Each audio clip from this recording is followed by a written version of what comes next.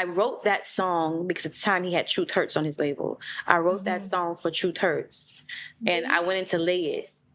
And he was talking to someone like this, and I sang the first line, "Winter's here," and he just kind of like fell out of his chair. It was a tall chair, and I just remember him just dramatic, and then when I came out of singing, he was like, "Well, that's your song."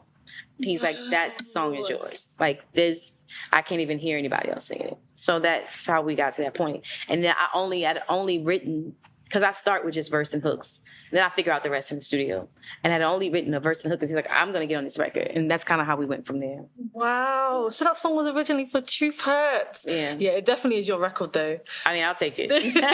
And do you know what? Like, even listening to that song, I love the vocal pan on it. So, like, when you come in, it's on the right, and then when Raphael comes in, it's on the left. Yeah. And it feels very, like, conversational, and, like, someone's going, like, back and forth. That was definitely him. He chose to do that. But I remember back in the days when it was like stereo. And so you would have, at the record store, they would be playing one side of the stereo. So it's according to which side they played, who you heard and who you didn't hear.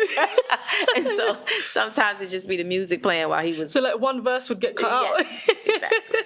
But it's such a unique thing to do, though. And so now it's great because you're probably listening through headphones or something that's more, it's going up one line.